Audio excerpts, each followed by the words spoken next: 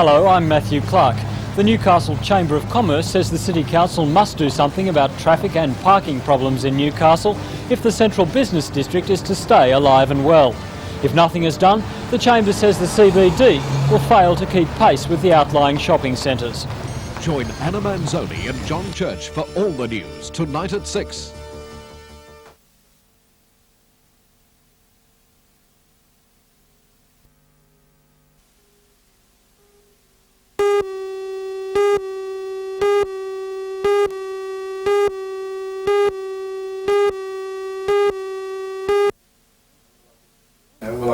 President of the Hunter Region Small Business People, John Farraher, said his association was part of a new groundswell intent on Yes, they are curbing part union of the power. groundswell. There's been many complaints with restrictive practices by local business people, and we're part of that groundswell and we want things changed. Mr Farraher said members of the association would be willing to provide financial support to fight what he called campaigns by renegade unions in the Newcastle area. There certainly will be issues in the Hunter. It's a big industrial centre, and plenty that the fact that small business persons has grown so rapidly only goes to show that many business people and companies are very concerned about certain issues in the labour market.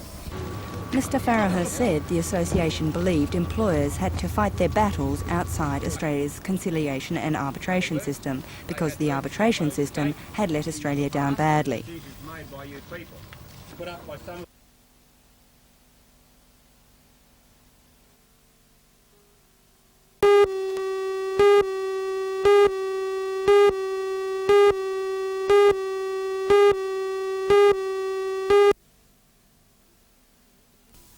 The figures just released by the Australian Bureau of Statistics show the unemployment rate for the Hunter region during the month of May at 8.6%.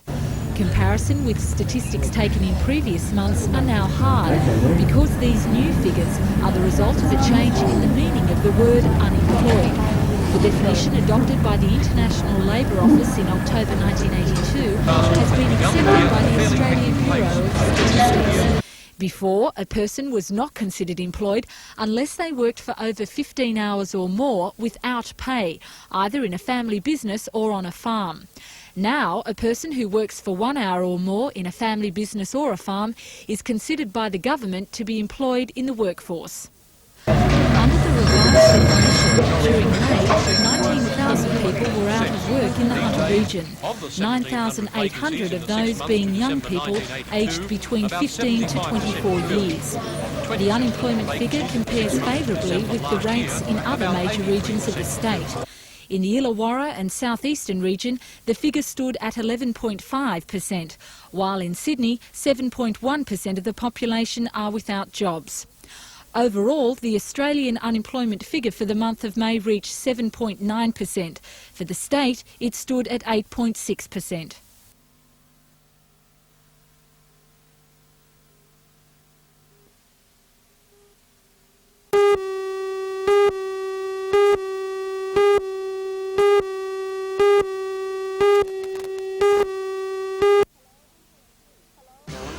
Hello, I'm Helen Hughes. A number of small business proprietors at the Junction have criticised the new Junction Fair shopping complex. The proprietors say the development is too big for the Junction to support and that inadequate parking facilities and traffic congestion are making them lose business. Join Anna Manzoni and John Church for all the news tonight at 6.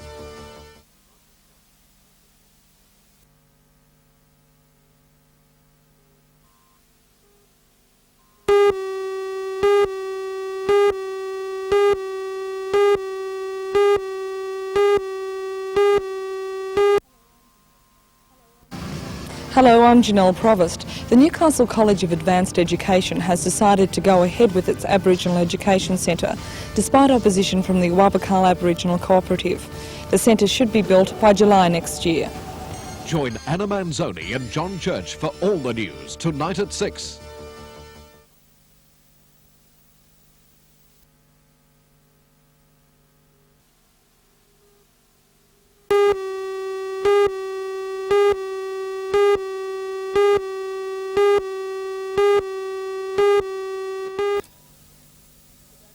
Feeling. The donation was made by former member of the College Council in Galoyona, Anne von Berto, following a recent exhibition of 5 young painters and a potter. The paintings are Study for the Question by Brant Lewis, 2 Arches by Susan Davies, and Interior Water Figures 2 by Victoria Phyllis. Ms Phyllis says the collection will provide a valuable record of what can be achieved to inspire up-and-coming artists. In Newcastle, there's been a lot of people that have worked here, have gained their degrees and then moved on, not only to Sydney but overseas. So that Newcastle itself, which has been a proving ground for people, has lost so much, and no one really realises that so many people working in the arts and in associated areas have gone and come from here.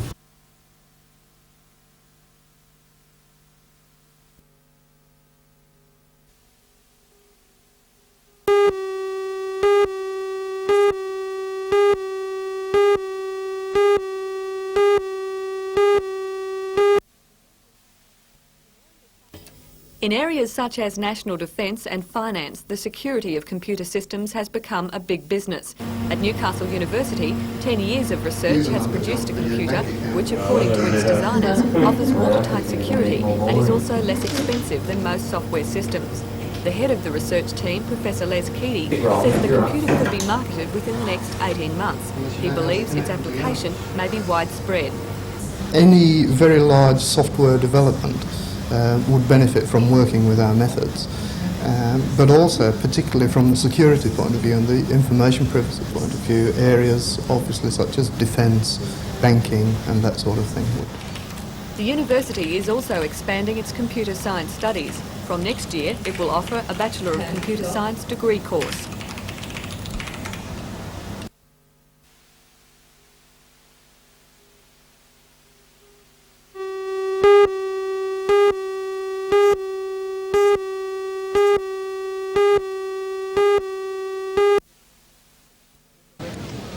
In the pre-dawn cool on Forster Beach, 59 lifesavers from throughout Australia and overseas lined the foreshore, intent on completing this incredibly tough endurance event. Over 4 days they'll battle down our coastline, covering distances of up to 80 kilometres a day.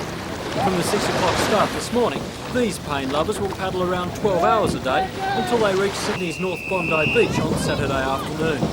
Early leaders today were 42-year-old Alan Coates from Noosa Heads and 24-year-old Anthony Vicelli from Sydney's Manly Club. English entrant Peter Gaisford is here for his first crack at the challenge. It's a hard race, you know. Everyone that's standing here today knows how hard it's going to be. You're asking them to do a marathon every day for 4 days in a row.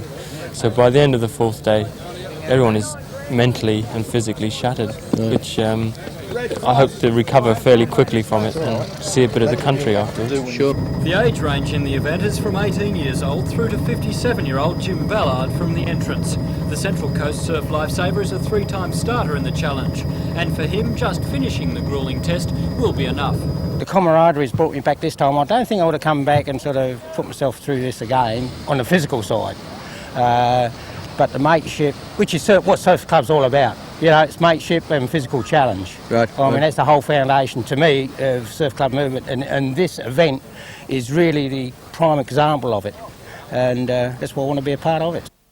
By late this afternoon, the bulk of the field had reached their first destination, Hawke's Nest. But today's 80-kilometre leg was not without casualties. 6 competitors have retired and 3 are suffering hypothermia. Jim Ballard was one of those to retire. Bill Prestige from Sydney's Wander Club is leading after day 1, covering the distance in 7 hours and 57 minutes. Tony Vicelli is 2 minutes back, and then there's a gap of 20 minutes to the rest of the field.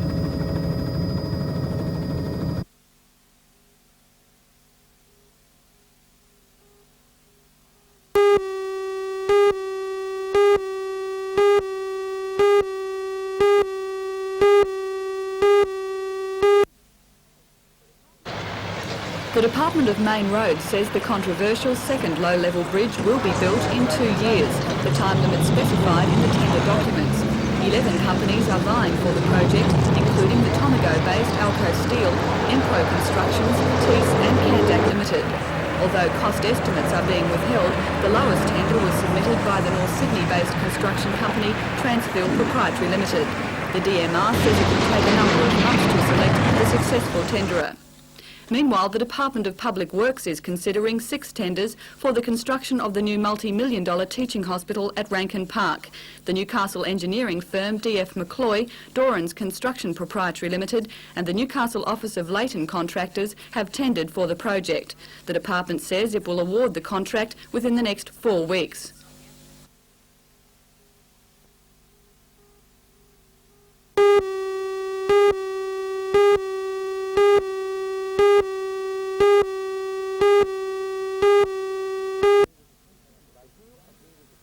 I do agree with the principle in which he has examined it and put the proposal to have it considered in the budget.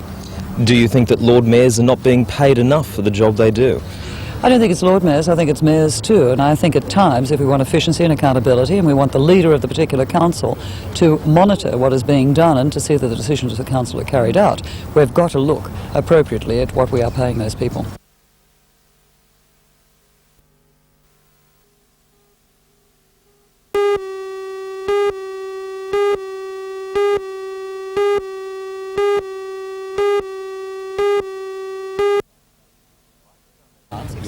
Like Town Clerk Barry Lewis, Mrs Crozio believes the Lord Mayoral allowance should be reviewed, but the Minister today refused to give her opinion on how much the allowance should be increased. That, she said, is a decision for the next council. I think it's mayors too, and I think at times if we want efficiency and accountability and we want the leader of the particular council to monitor what is being done and to see that the decisions of the council are carried out, we've got to look appropriately at what we are paying those people. So you don't object to the idea that that allowance should be increased? I am not going to confirm or deny whether I object to the fact of how much he's put it up. I believe that every council's got to take into consideration their own financial aspects, and being as a decision is going to be made with the council themselves, naturally under their autonomy, I can't interfere with that. But I would Meanwhile, say to all Mrs Crozio has ordered a review of the allowance received by aldermen, currently $1,000 a year. I'm particularly concerned with aldermen. They have not had an increase in fees, if you want to call it that, which is $1,000 maximum a year or $30 a meeting since 1983. I don't believe aldermen should be full-time. I believe we should have voluntary aldermen and we have a good cross-section of community representation, but I do not believe that aldermen should be out of pocket in serving their community. The Minister was in Newcastle to officially open the new Hunter District Waterboard Stores complex. The store, built on waterboard land off Macquarie Road at Warners Bay, replaces the Edgeworth depot and the former head office store in King Street, which is 99 years old and, according to the board, completely inadequate for the job. The new complex, which cost $2 million to build, is more central to the board's service area and features a computerised supply system. To prove its effectiveness, workmen hid a gift for Mrs Crozio amongst the mountains of stores. With the help of a computer readout, the Minister found the memento, a section of the original wooden pipe that carried water from Chichester Dam in 1923. Modern water pipes will be stored at the new complex, which is expected to serve the board into the next century.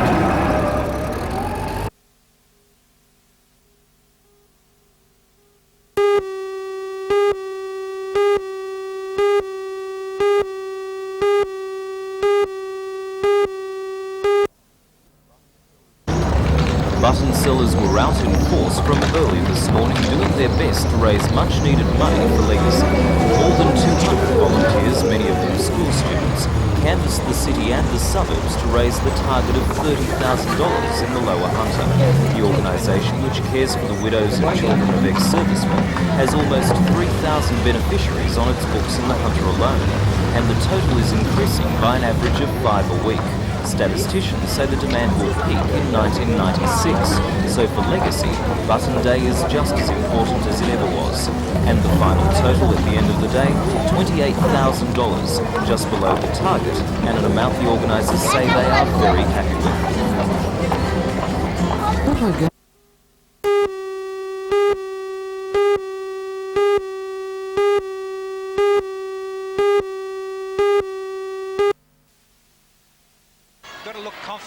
It was a night that was set to disappoint the most loyal Falcon fan. The team was flat, and if their coach Steve Johansson thought all was not lost for an NBL playoff spot, The team seemed as though they did.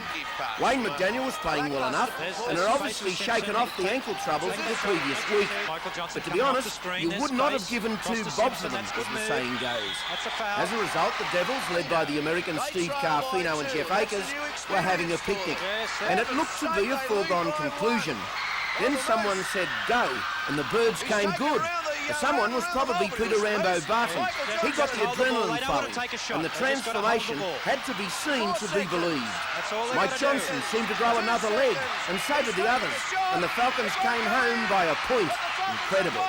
Earlier on, the Australian team of disabled athletes, showing the courage and commitment for which they're famous, beat a New South Wales team 49-26.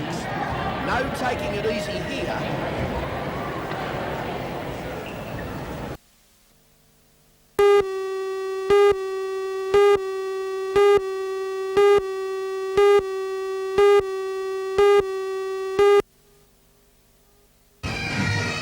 No event better illustrated the revival in popularity of Matara than this year's parade. With over 92 entries, it was one of the biggest parades in recent years. And for more than an hour, the parade route from Pacific Park to Civic Park was lined with crowds of spectators. Heading the parade was the Grand Marshal, weightlifter Greg Hayman, fresh from winning Commonwealth Games gold. Considerable effort went into preparing many of this year's floats, and themes ranged from cowboys to belly dancers. A highlight of the parade was the many banners, masks and giant puppets created by community and theatre groups. The community theatre theme was carried over to King Edward Park yesterday for the Penny Farthing picnic. In keeping with the turn of the century theme, the Newcastle Gilberts and Sullivan players provided the entertainment.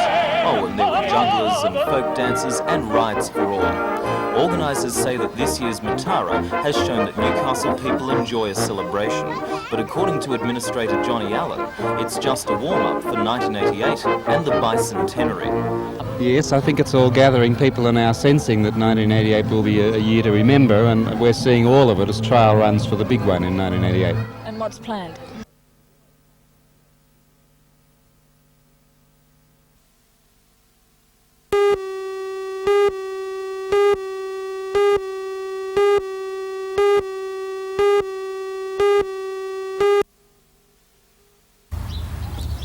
Four-year-old Joan Freeman returned to her home in Evans Street late Saturday afternoon to find it engulfed in flames, in time to see the result of 10 years' hard work disappear in a matter of minutes. It's believed an electrical fault sparked the blaze, which spread from a back bedroom throughout the brick and timber house, causing extensive structural damage. Restored lead-like windows melted in their frames. The newly renovated kitchen was completely gutted, while most of the furniture and electrical goods could not be salvaged. Although the house was unoccupied, Joan Freeman's belongings and those of her 6 children, aged from 2 to 10 years, were also destroyed. It's hard. I wake up in the morning and open my eyes up and say, well, it hasn't gone away, it's not a nightmare, it's still here. And do you hope to bring the children back into the house too? When I can have it livable for them as soon as possible. Offers of clothing from the Salvation Army and the St Vincent de Paul Society have solved the immediate problem of dressing the children for school, but long-term the family's problems appear almost overwhelming. Years and years of work I've put into it and gone without. Kids have gone without, just as long as we've had plenty of food on the table, and we've gone without other things to get what we've got. And you lost a lot? And we've lost a lot.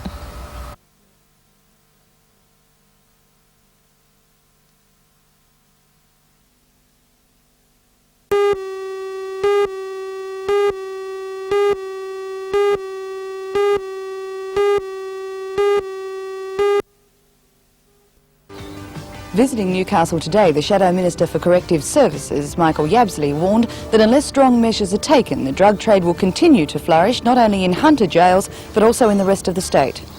Join Ray Deneen and Anna Manzoni for all the news tonight at 6.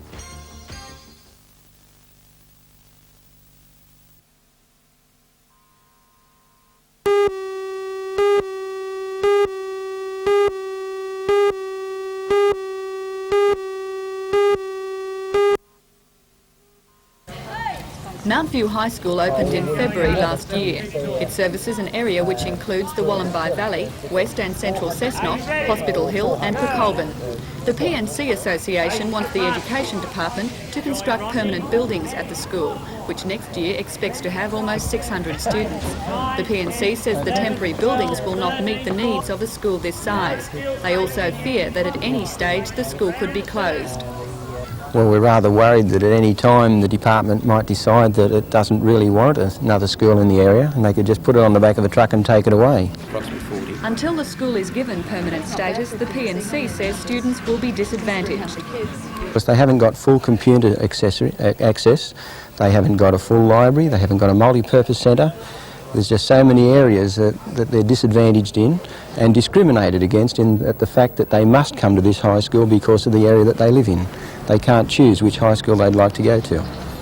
The Education Department is currently funding repairs to some temporaries to stop the roofs from leaking and is also footing the bill for some extensive landscaping around the school, plans which point to permanency. However, the PNC says it won't be satisfied until the temporary buildings are replaced.